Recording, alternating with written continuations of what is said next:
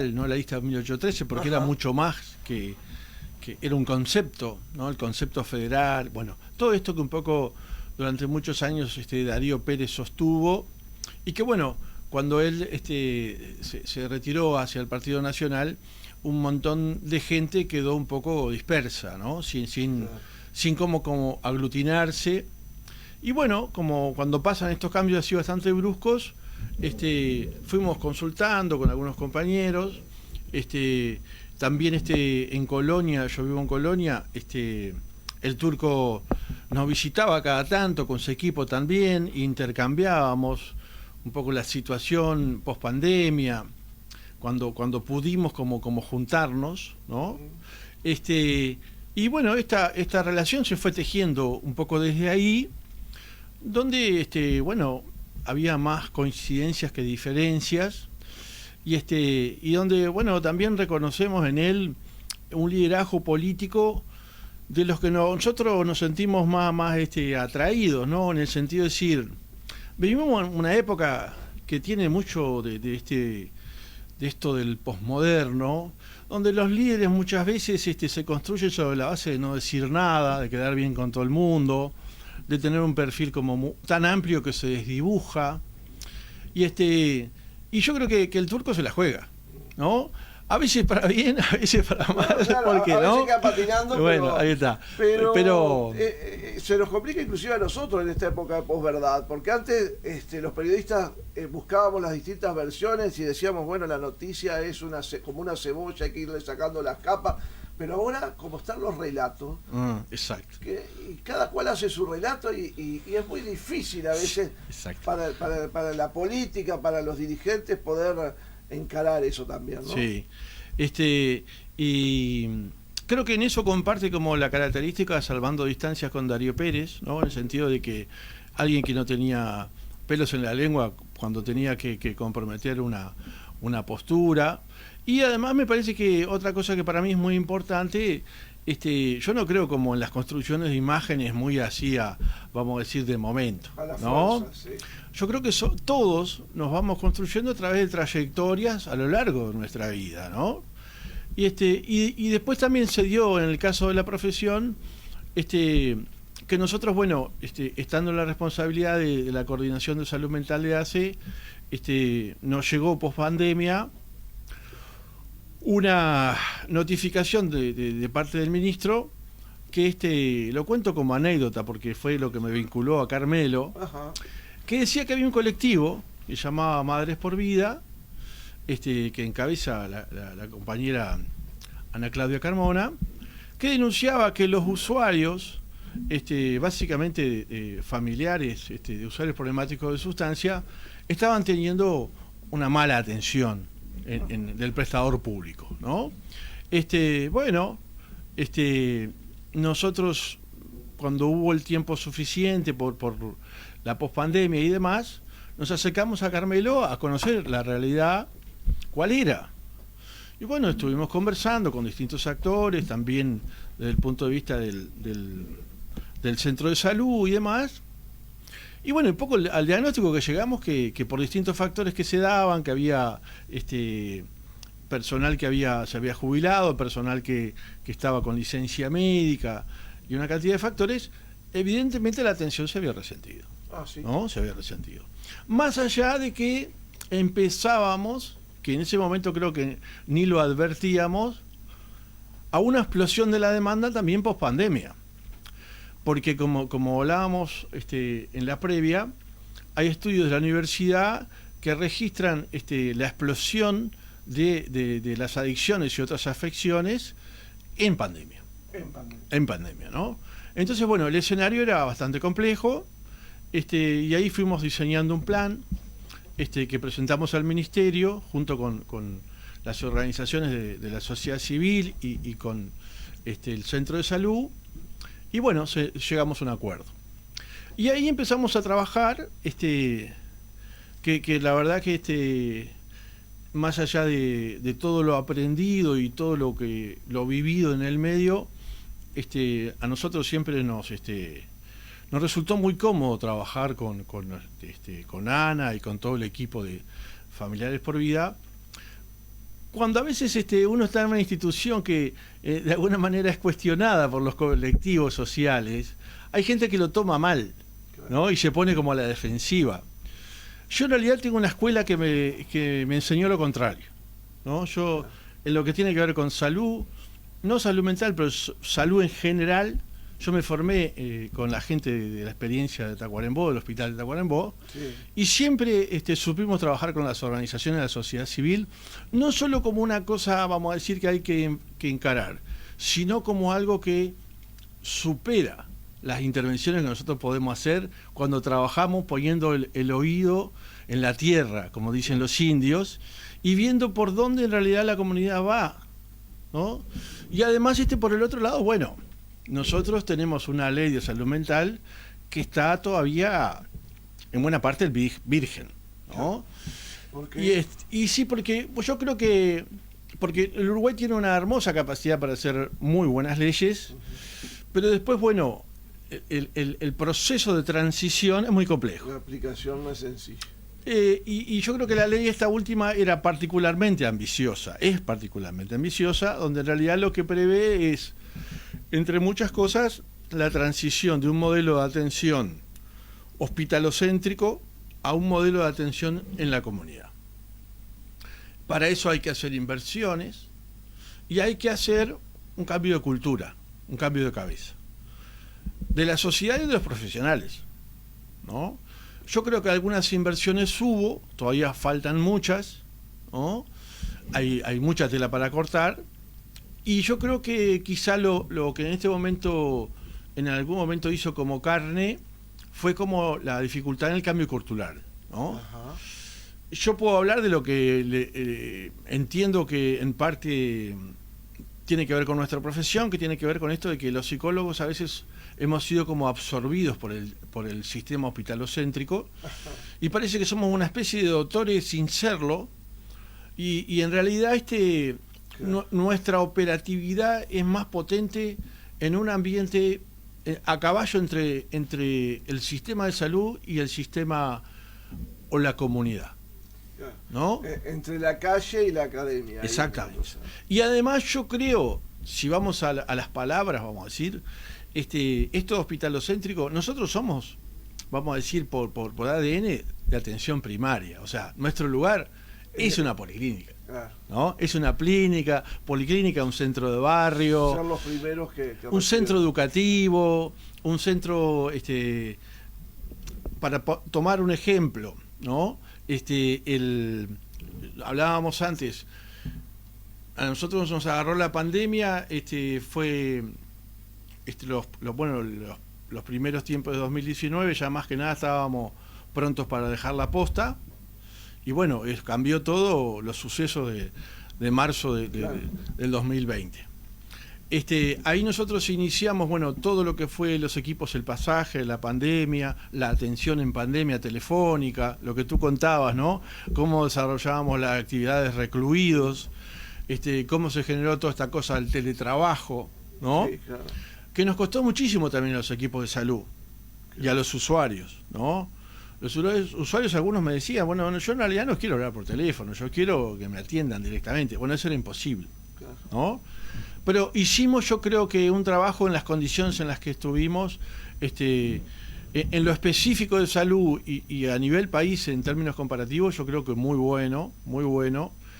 Hubo una claridad que hay que reconocerle al gobierno, yo creo que hubo una claridad en el manejo de la pandemia, que obviamente hizo una diferencia, ¿no? Y basta nomás dar la vuelta por el barrio del Mercosur para encontrar qué es una cosa y qué fue otra cosa. Exacto, ¿no? Pero bueno, en ese discurrir de pandemia, nosotros, pasado un poco la parte más dura, empezamos a desplegar las actividades y las acciones, y en realidad tenemos que decirlo, tuvimos un contexto de trabajo, creo yo, dentro del espíritu del GACH, con el doctor Félix a la cabeza, que realmente fue un contexto muy cómodo para trabajar, y donde en realidad nosotros veníamos del gobierno anterior donde en realidad tiene que ver con el manejo presupuestal. Los gobiernos cuando se terminan siempre los recursos faltan, ¿no? Exacto. Entonces veníamos como con mucho hambre de recursos, ¿no? Entonces, bueno, un gobierno que pone un presupuesto nuevo y que en realidad en salud mental, a nosotros nos dijeron en salud mental, porque eso es una cosa que es importante. Cuando estábamos en pandemia nos dijeron, referentes centrales, que a mí me llamó la atención, me dijeron, esto es bravo, pero más bravo es la pandemia de salud mental que viene después. Mirá. Y yo dije, qué raro. Será tan así, claro. Bueno, después lo vivimos, claro. ¿no? Se nos hizo piel. Era así nomás. Era así. Y más también, ¿no? Pero ya los referentes con más experiencia ya lo tenían claro. ¿Qué cosas en los términos de la calle, la gente común, qué cosas les afectaron? ¿Qué hubo? ¿Depresión? ¿Qué afecciones vieron más después de la pandemia ustedes? Bueno, pero ahí hay dos cosas. A ver. Una es, las afecciones clásicas en general empeoraron todas. Empeoraron todas. Como la depresión. No, me refiero los trastornos graves y persistentes, esquizofrenia, además, una persona que en realidad estaba ya bastante aislada pasó a ser absolutamente aislada y medicada y sobremedicada. Claro. ¿No? Porque obviamente los síntomas a veces hacen una agudización y demás, entonces la única respuesta era más medicación. La única respuesta posible, ¿no? Y después, lo que tú decís que me parece muy importante, fue la explosión de la depresión y la ansiedad, y el aislamiento. Claro. Y el aislamiento. Fue la explosión, ¿no? Porque hasta el día de hoy seguimos teniendo casos, incluso a veces de gente joven, que son otro tipo de ni trabajo ni estudio, estoy encerrado en mi casa. Claro. Y tengo fobia social. Claro, no quieren ver gente. ¿No? Entonces también la respuesta sanitaria no puede ser la misma. No, claro. Entonces nosotros empezamos, siempre tomando como referencia la legislación vigente, que era el Plan de Salud Mental del año 2011, y implementamos básicamente, y que se alentó, las intervenciones grupales. Porque justamente esto es lo que crea lazo social, ¿no? Yo a algunos jóvenes les digo, mirá, tu problema no es un problema psicológico, tú no tenés una patología, tú lo que tenés es que estás encerrado en tu casa, estás aislado, claro. No tenés contacto social, ¿no? Entonces si yo te admito en una policlínica o en una consulta individual, yo te estoy patologizando. Claro. Ahora, si nos vemos en un grupo, ¿viste? Donde tenemos un entorno muy amplio de todo ese tipo de manifestaciones, y donde en realidad ahí el rol del psicólogo es más de un moderador, donde en realidad se generan más que nada procesos de encuentro, eso cura mucho, ¿no? Y tiene otro escenario donde se juega. Por eso, en un proyecto que a partir de esto también se generó con la universidad, nosotros, si bien creemos que es importante el aporte de salud, tratamos de apoyarnos mucho más en la sociedad civil. Me refiero, la educación, los referentes religiosos, los clubes deportivos, las comisiones de fomento, todo ese universo que es un capital enorme desde el punto de vista cultural que tiene la sociedad, es un lugar precioso para intervenir y para desarrollar y promover acciones de prevención y promoción de salud mental. Porque hay otro tema. Yo venía pensando un poco, preparando esta conversación contigo. Yo soy un poco reacio a hablar de salud mental, porque ya es como que estamos discriminando. Y además responde, como incluso en mi caso me parece, además, a determinadas concepciones que escindían lo mental de lo corporal. Y nosotros tenemos que trabajar el cuerpo, porque también después, ¿viste? Y el psicólogo general es acusado de no trabajar lo corporal. A veces tiene perfil, o a veces tiene que asociarse con un profesor de educación física. Porque yo pensaba, pongámosle salud integral, salud emocional. Pero cuando una maestra, por ejemplo, trabaja con un niño que tiene condiciones familiares muy complejas y de mucho estrés, por decirlo más light, ¿qué está haciendo? Está haciendo salud mental.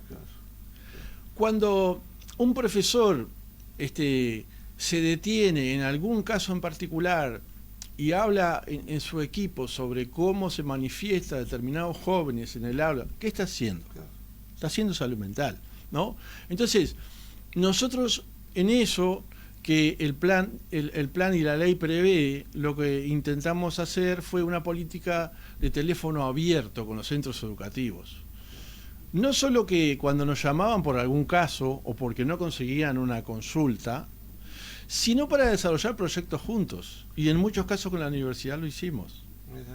A veces es cierto, nos chocamos en la parte educativa con cierta cosa como de rigidez. No, tengo que preguntarle a la inspección.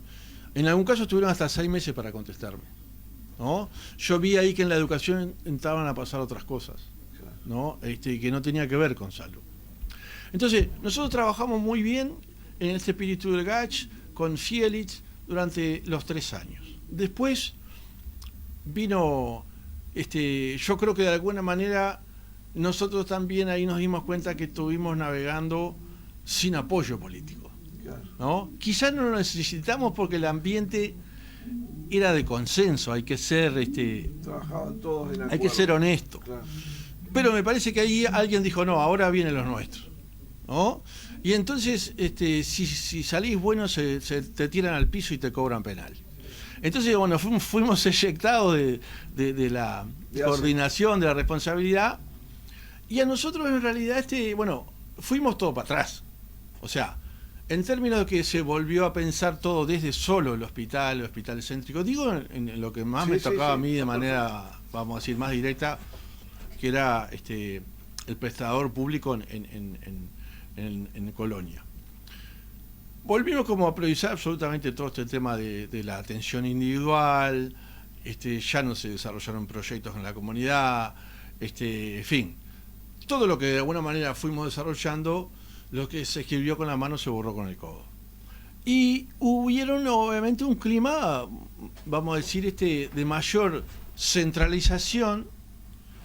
Yo creo que no nos habíamos dado cuenta, habíamos trabajado de una manera muy descentralizada, con mucho respeto por los referentes de cada localidades.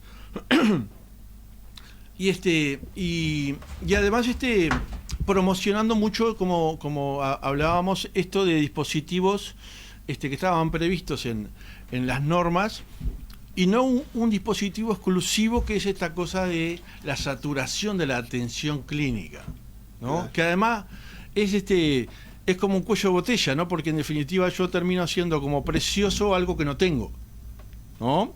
Entonces yo decía, y hablábamos, lo pensábamos, compañeros de los equipos, decir, bueno, si nosotros estamos en los liceos, si nosotros estamos cuando en la comunidad a demanda, porque en las normas, vamos a decir, que emergen de la ley y de normas específicas de ACE, dicen que el 20% de las horas se tienen que hacer en hospital de extramuros, que es un nombre que se le da al trabajar en la comunidad, claro, ¿no? Entonces, si nosotros estamos en la comunidad, yo no preciso esperar hasta que el psicólogo me dé a mí, claro, hora, ¿no? Entonces digo, nosotros estamos generando la misma presión que nos quejamos, ¿no? Entonces es otra forma de pensar esto. Ahora en el marco de una nueva administración, porque esto tiene que ver con el tema de los recursos, vos hablabas de que se agotaban los recursos y hay que elaborar un nuevo plan. ¿Por dónde va la idea que vos tenés de atención o de trabajo en una siguiente administración? Bueno, ¿Cuál es tu idea? Yo creo que partiendo de la base que el contexto es de emergencia, Sí, sigue habiendo un contexto de emergencia. Sí, sigue habiendo un contexto de emergencia porque no se le dio respuesta, que creo que en algún aspecto, en lo que me es particular, yo creo que después de la pandemia, no sé si con razón o no, pero yo como operador de la salud sentí que las políticas sociales se quedaron cortas. En el sentido de que uno tocaba un botón que es Mides, tocaba otro botón que era intendencia, esto, lo otro, y siempre fallaba mucho, ¿no? Entonces cuando uno ya empieza a sentir eso, decir, bueno, acá las políticas sociales se están agotando, ¿no? Creo que quedó corta la frazada. Y cuando tú hablabas de esto de los recursos, yo recuerdo mucho cuando hace 2 años o año y medio Olesker hablaba de la rendición y fue muy preciso respecto en dónde en realidad se hacían los recortes. Y creo que fue lo que vivimos después. Claro. O sea, tampoco es un milagro o una ocurrencia nuestra. Hubieron recortes y después eso se vio. Lo que pasó, claro. Exacto. Creo que ahora entonces tenemos que doblar la apuesta. Tenemos que decir, bueno, ubicar esto en términos de decir, hay una emergencia. Tenemos que llamar la cosa por su nombre. Y yo creo que eso, más allá que nos puede dar un acceso más o menos o no a recursos, lo que yo creo que nos permite desplegar más fuertemente todas las baterías que están previstas en la ley de salud mental, con el pretexto de la propia emergencia, ¿no? En el sentido de decir, tenemos que sacar los equipos a territorio, tenemos que sacar los equipos a territorio. Tenemos que contratar más equipos, por supuesto, también. Y tenemos que, me parece, profundizar en esto, que no somos solos, vamos a decir, yo de las cuestiones de posgrado en las que he profundizado, me gusta mucho lo que es la medicina familiar y comunitaria, ¿no? Entonces, nosotros, yo recuerdo, decíamos hace años, cursos de capacitación de agentes promotores comunitarios en salud, ¿no? Que eran referentes inquietos de la comunidad. Entonces nosotros tenemos que tener esos interlocutores en las comunidades y tenemos que trabajar con ellos. No se trata del modelo del profesional que parece que es un dios que cae del cielo, ¿no? Estar más en contacto con las cosas que pasan en los barrios. Exacto, ¿no? Y además hay que también ver una realidad nueva. Por ejemplo, la explosión y el aumento de las adicciones ha llevado a que también ha aumentado exponencialmente, incluso capaz que dada el retraso del sector público en dar respuesta, a que han aparecido otras figuras, los operadores terapéuticos en adicciones como ANA y demás, por cientos, y que son muy buenos, y que ya se los empezó a contratar. Claro. Yo creo que tenemos que profundizar esa línea de contrataciones, ¿no? Porque si no, a veces la otra tendencia, que yo creo que es incluso como más consustanciada con el modelo hospitalocéntrico, más psiquiatra, más medicación, ¿viste? Claro, sí. Yo no estoy de acuerdo con eso. Yo creo que el dolor no lo tenemos que tapar. Yo creo que lo que tenemos que es trabajar terapéuticamente, pero son los psiquiatras lo primero que lo dicen, ¿no? Claro. Yo recuerdo una vuelta al doctor Fieli y dijo, miren, en la parte aguda, en las adicciones, el psiquiatra ni que hablar su intervención, pero después es un problema terapéutico.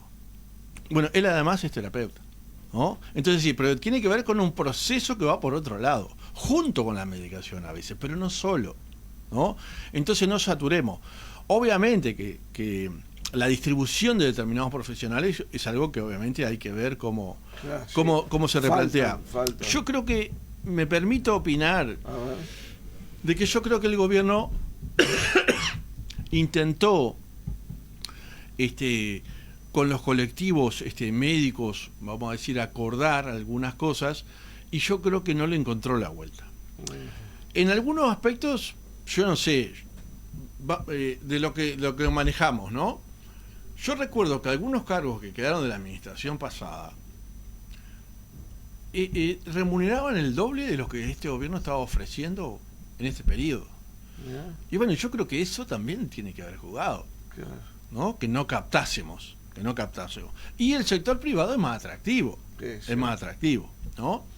Entonces digo, yo creo que tenemos que sacar los equipos a territorio, tenemos que agregar los equipos, tenemos que incluir nuevas figuras, y además me parece que tenemos que tener esta cosa en el caso de los psicólogos y algunos otros operadores del sistema en salud mental, tenemos que acostumbrar y de alguna manera, vamos a decir, premiar a esta cosa del itinerante, ¿no? Equipos itinerantes, que no solo tienen que ver de colonia, sino que si yo estoy en una localidad como Carmelo, yo cubro localidades pequeñas, ¿no? O sea, hubo en un proceso de regularización que se hizo hace años en ACE una tendencia a concentrar los recursos en la capital.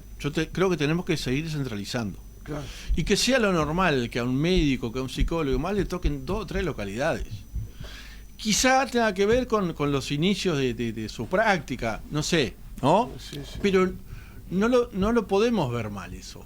No, yo creo que nosotros están faltando, se nota que la falta, o sea, se nota en los hospitales, en todos lados se nota falta de profesionales del Estado. Yo creo que ahí yo lo adjudico más que nada a los factores estos, de decir, creo que no hubo buena suerte con esto de los colectivos profesionales en la negociación, y yo creo que está el tema del recorte, el tema del recorte, que creo que no.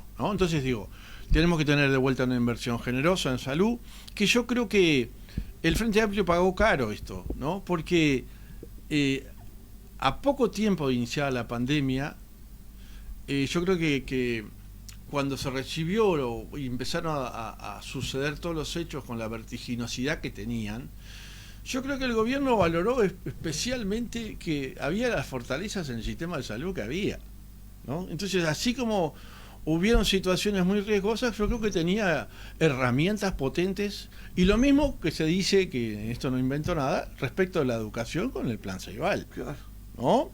Entonces, se dio una cosa rara. Yo creo que el Frente en algunos casos cometió errores. Yo no creo que yo no ejerzo esto de ser una especie de ejercer la política zafralmente como si fuera un hincha de un cuadro de fútbol. Yo creo que hay gente buena, bien intencionada en todos los partidos, y son simplemente personas que piensan distinto. Exacto. Creo que en el tema de la salud ha habido una acumulación, y todas las administraciones han tenido sus aportes y han tenido sus errores. Creo que ahora lo que se trata es decir, cómo frente al escenario que tenemos, que no es el mismo que hace 5 años, cómo enfrentamos esto de la pandemia que nos quedó pendiente. Porque nos quedó pendiente la pandemia de salud mental. Y la arrastramos y queremos acomodarla, y nosotros hasta que no la encaremos no vamos a poder resolverla, ¿no? Creo que tenemos, como siempre ha hecho el Uruguay, que hacerlo de una manera moderna. Es decir, hay una nueva ley, nos da las herramientas. Nosotros, en todo esto que hicimos en los primeros 3 años, no tuvimos que inventar nada, estaba todo escrito. Todo ahí. Pero ahí nos chocamos con otro problema, que también hay que saberlo. Los empleados públicos, de los cuales yo me considero también, queremos hacer lo que nosotros queremos. Y en realidad está todo previsto. No es lo que nosotros queremos, es lo que hay que hacer. Y yo creo que muchas veces el Estado, como es ancho y ajeno, eso se tiende a perder. Si no hay un referente que dice, a ver, este es el plan, es esto y demás, se diluye, cada cual hace lo que quiere. Exactamente, ¿no? Entonces, yo creo que también en eso me parece que por ese lado hay que reforzar. Creo que todos hemos aprendido en estos últimos tiempos. Y creo que también en lo que tiene que ver con el equipo de la 1813 y el Turco, yo veo un equipo que, soy sincero, yo no lo conocía tan de cerca, conocí a algunos. Me ha sorprendido primero por la juventud de cabeza, no solo de edad, algunas veces coincide, otras no, pero la juventud de cabeza, la apertura y la capacidad de entender fenómenos muy complejos como los que se dan hoy, que atraviesan la política, que creo que es otra cosa que en el Frente Amplio yo lo veo un poquito rezagado. Yo lo veo que va un poquito más lento, y a veces que a uno, vamos a decir, le despierta cierta melancolía, pero yo, la verdad, les soy sincero, escucho algunos discursos y yo siento que estoy en los años 60. Claro. ¿No? Claro. Y nosotros no vivimos los años 60, ¿no? Claro. Y esta realidad no tiene nada que ver, ¿no? Entonces yo creo que con toda la polvareda que levantó el spot de Ojeda y demás, yo creo que hay que buscar herramientas nuevas para ver cómo se llega. ¿Te parece que es una ruptura que actualiza un poco me parece que la política? Que me parece que en el caso de este fenómeno, ¿no? Él decía una cosa, yo lo escuché, ¿no? Que decía, nosotros hicimos nuestro programa de gobierno, cumplimos con toda del no círculo rojo, ¿no? Aparezco boceando en el gimnasio y me ve todo el mundo. Bueno, claro. ¿por qué pasa? Bueno, porque tiene que ver con esto, de que en la sociedad de la posmodernidad ha vuelto toda esta cosa del cuerpo, ¿no? con otras, vamos a decir, referencias, muchas veces es más el envase, o sea, no sé si tiene tanto de bueno, pero es una realidad. Claro, la gente va más al gimnasio que a la iglesia o a un partido político, ¿no? Exacto. Bueno, entonces me parece que esa referencia me parece que es acertada, en el sentido de decir, hablar desde ahí. Y después, bueno, tratar de ver a quienes se dirigen, porque lo más importante, eso se dirige a quienes no están sensibilizados ni le interesa la política, exacto, recibieran o le dieran un acicate, ¿no? Para participar. Para tirarle algo y para pensar. Yo creo que eso, en ese sentido, me pareció que fue un buen aporte. Pero claro, le tiraron con todo, pobre. Sí, claro. Digamos que también hay que agregarle contenido a la imagen, ¿no? Bueno, ahí está. Yo creo que a mí, esa es la otra cosa que yo me quedaba pensando, ¿no? Vivimos en la cultura del envase. Entonces, me parece que es muy importante los contenidos. Es muy importante los contenidos y es muy importante, en este caso de la salud mental, que vuelvo, empieza a ser, incluso también desde ahí, traficada, ¿no? Porque si sabemos que es un malestar que existe, entonces lo nombramos, claro, le pasamos el trapito, pero en realidad yo a veces me preguntaba, bueno, pero si es un gobierno que todavía está, ¿por qué no se siguió haciendo? ¿O por qué no se hizo en algunos casos? ¿No? Que es una duda que me parece que vale la pena, porque si yo la prometo, claro, ¿no? Bueno, entonces, bueno, yo lo que creo que tenemos que romper un poco los esquemas y tenemos que salir con la emergencia en salud mental. Es una urgencia, es una necesidad, y tenemos que tener dispositivos y equipos de técnicos disponibles. Con los recursos actuales, si se cumpliera la ley, yo creo que lo acotaríamos muchísimo. ¿Verdad? Y si tuviéramos, fue lo que intentamos demostrar cuando a nosotros nos tocó, y yo creo que parte del acierto es que se haya interrumpido la experiencia, porque de alguna manera, vamos a decir, hay otro tema, y que quizá en eso también podemos haber tenido errores, que es el manejo de la resistencia, ¿no? Porque cuando se ve que algo viene cambiando y demás, claro, y el apoyo político no es mucho, lo natural, ¿no?, es resistir. Entonces la resistencia te puede ganar. Yo creo que también ahí en eso tuvimos fallas.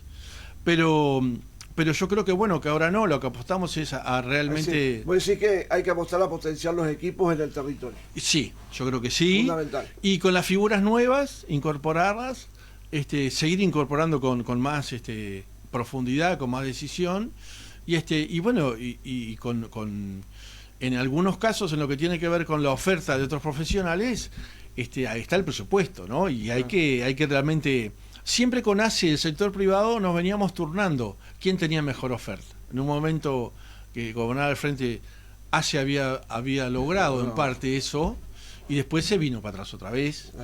Que yo creo que también en eso... Pasó en toda la salud, ¿no? Bueno, eso te iba a decir, me parece que tiene que ver con cómo gobierno... Una política, claro. Exacto, una política que se orientó hacia otro lado. Exacto. ¿No?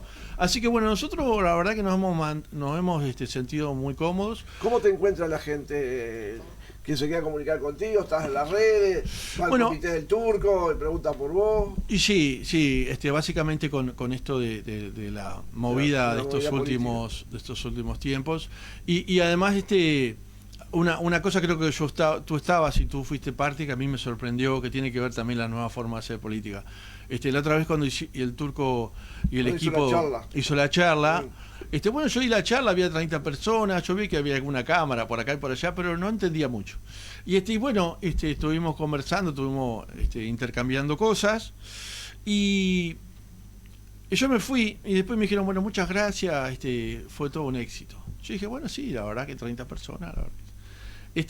Pero después me pusieron, no, pero en un momento en streaming había más de 2.500 personas. Exactamente. Yo dije, la pelota, ¿no? Exactamente. Entonces yo me di cuenta que ahí es otra forma y son otra forma de llegar. Y además tenemos, entre muchas cosas, esta cosa de que, como dicen algunos que han escrito sobre esto, la gente está interesada, pero hoy no se moviliza, ¿no? Porque hace un clic y está. Busca nuevas formas de comunicarse, más rápidas, más modernas, y creo que por ahí el streaming le va ganando también a los medios tradicionales, exactamente. Tal cual. Así que bueno, nada, un gusto, estimado Márquez, cuando quiera, ya sabe dónde queda el estudio del ECO, vengan cuando quieran. Y lo cierto era que queríamos conversar un poco con gente del equipo del Turco, porque también queríamos mostrar cómo se está trabajando en procura de lograr otras cosas para el departamento. Bueno, un gusto, y como siempre estamos a las órdenes. Bueno, de esta forma entonces pasamos un saludo a Valeria.